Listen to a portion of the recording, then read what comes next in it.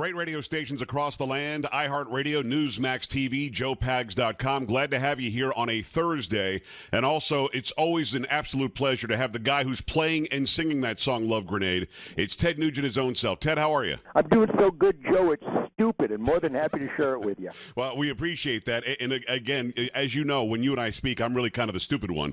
Talk about stupid. Let's talk about the Fourth Circuit Court of Appeals that decided that the Second Amendment doesn't mean what the Second Amendment means, and you and I can't have. And I've got to really drop it down for this: war-type assault weapons. When you saw this come down, I mean, what goes on in your head when you see this lunacy? Well, I'm aware that Mad Magazine exists, but what? Me worry? But I didn't think Alfred E. Newman controlled all the court systems of this country. Yeah. Joe, the self-evident truth, the logic, the common sense that is alive and well, and all you need to do is go to my Facebook. I have, 30 million Facebookers that, rally not behind Ted Nugent's opinions or presumptions, but the self-evident truth, logic, and common sense that propel quality of life for American dreamers who get up early, bust their ass to be the best that they can be, and understand clearly why our founding fathers wrote down these self-evident truths as the pillar of the only experiment in self-government in the history of mankind. And the Second Amendment is not ambiguous. But like the great President Donald Trump recently noted, so-called judges, I wouldn't let these guys shovel my dog kennels. They'd miss the poop. What they determined up there in Maryland is that weapons of war, and again, I have to stretch my consciousness to even plummet into the goofiness of such findings. First of all, there's 2 points. Number one, semi-automatic firearms, rifles particularly, the AR-type rifles, are over 100-year-old technology. And I have studied the forensic reviews of pretty much every mass shooting in America, from the Fort Hood to Luby's Cafeteria and Virginia Tech and Columbine and the heartbreak of Connecticut. In every instance, the capacity of the magazines played no role in the number of innocent lives lost. Right. First of all innocent lives that were lost in these mass shootings were in the left-wing Barack Obama, Eric Holder, Nancy Pelosi's dream area called gun-free zones. Yep. And gun-free zones are the dream of murderers and rapists and evil criminals because they know that everyone is forced by law to be unarmed and helpless, which makes them sitting ducks. And the time it took to fulfill these mass shootings allowed them to reload over and over and over again, which had no effect on the capacity of their magazines. Because when everyone is unarmed and helpless, you can reload as slowly and methodically as you wish. And what the court found was that these ubiquitous, most popular firearms in North America, the AR-type semi-automatic rifles and shotguns, we tens of millions of us own them. Yeah. We plink with them. We compete with them. We train with them. We defend our homes and our families with them.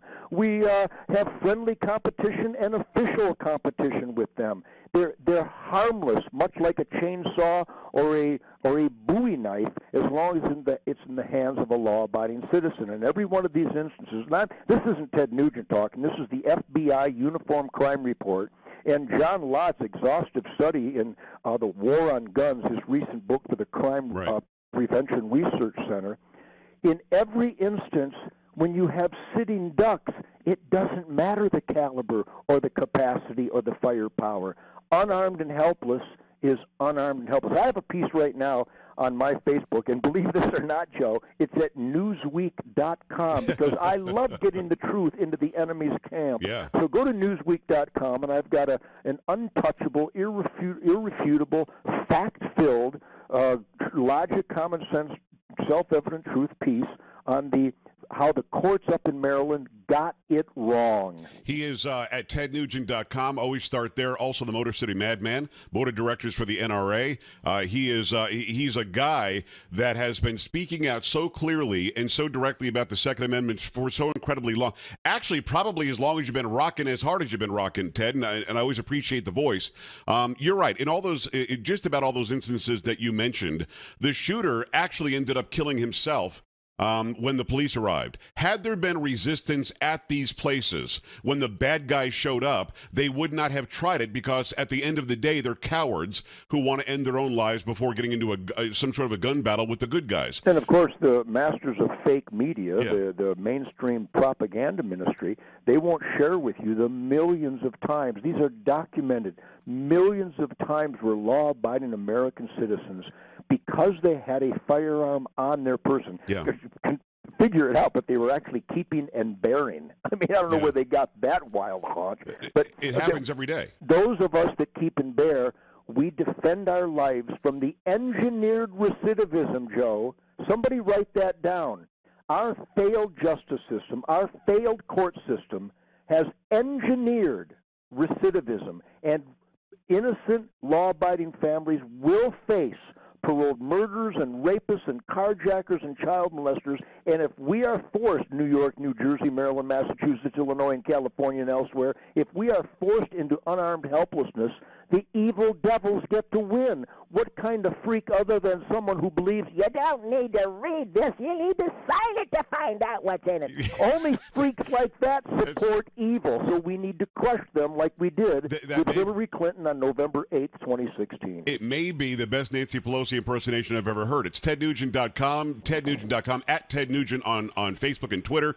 Make sure you go and follow him, read what he writes, listen to his music, buy his books, a New York Times bestseller. And the new article is now out today, too.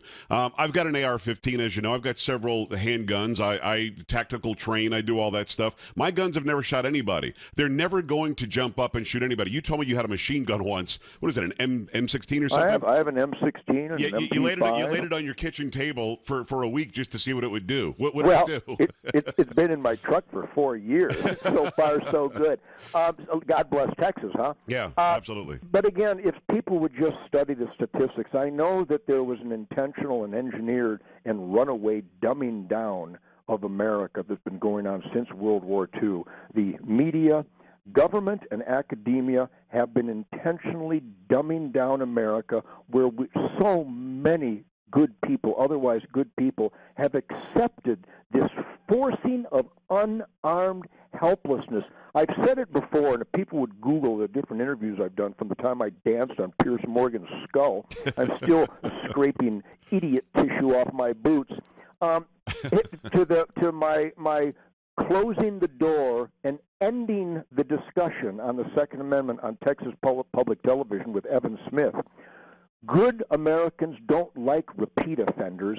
We like dead offenders. Yeah. When a woman is being raped, we'd rather the woman shot the rapist dead. When that store clerk is being assaulted by a paroled felon, we'd rather the store clerk shot the paroled felon dead. Yeah. We want good people to live and thrive. We want bad people the hell out of here. It's tednugent.com, and again, the Motor City Madman. I've enjoyed your music since, I think, 1972. Well, you can't imagine how much I Something like that. I can't even imagine how many. Yeah, I mean, your concerts for you must be really incredible. But because for me, they're mind-blowing. All right, so people will go. They'll sign up for your Facebook, your Twitter. I want to talk directly about the Second Amendment and what it says.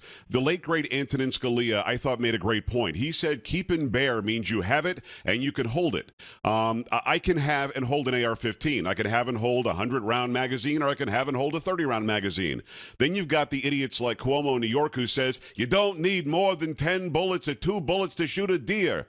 They actually have indoctrinated us, Ted, or not us. You and I get it, but a lot of the millennials really do believe that the Second Amendment's about hunting. They believe it's about target practice. The reality is the Second Amendment is keeping Washington on the straight and narrow, or else we will come and get you. It's in place to stop tyranny from ever taking over this country.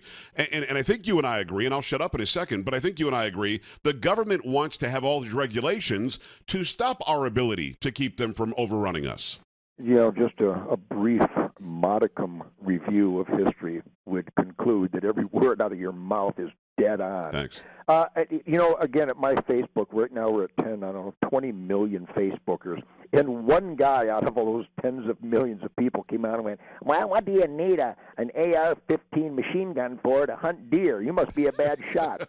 And I merely, because I understand that some people have bend over and allow themselves to be dumbed down. Mm-hmm. Can you imagine, Joe, our founding fathers, as they were fighting and dying for this experiment in self-government, they were forced by the hand of God, directed by divine intervention, to write down the self-evident truths that would be guidelines for equality of freedom and individual liberty for this new experiment in self-government. Can you imagine that as they were fighting off the British who were coming to take their guns away, that they were going to write down something in the Constitution referencing hunting? Yeah. You think in the heat of battle, our founding fathers were worried that we might someday be challenged for our hunting rights?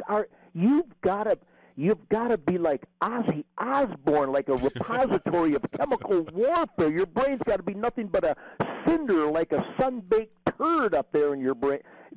You've got to be out of your ever-loving mind to not understand that we, the people, have the right from God, guaranteed by the Constitution and the Bill of Rights, to keep and bear, and the real Supreme Court Justice Antonio Scalia had it right, like I did in God, Guns, and Rock and Roll, some of my New York Times bestsellers, before I ever heard this great Supreme Court Justice articulate it. Even goofy guitar players who write Wango Tango was able to articulate it. Keep means it's mine. Yeah. You can't have it. Bear doesn't mean at the gun club, doesn't mean in the truck, it doesn't mean in the safe, it doesn't mean in government control. Bear means I've got it on me. Right. In fact, I've got a couple on me, and they're both loaded. It can't mean anything else. So, number one, we can all learn from the irrefutable horror that unarmed and helpless is indeed unarmed and helpless, and that is a dangerous, irresponsible condition to allow oneself to be in, because it sends a message to the engineered recidivists amongst us.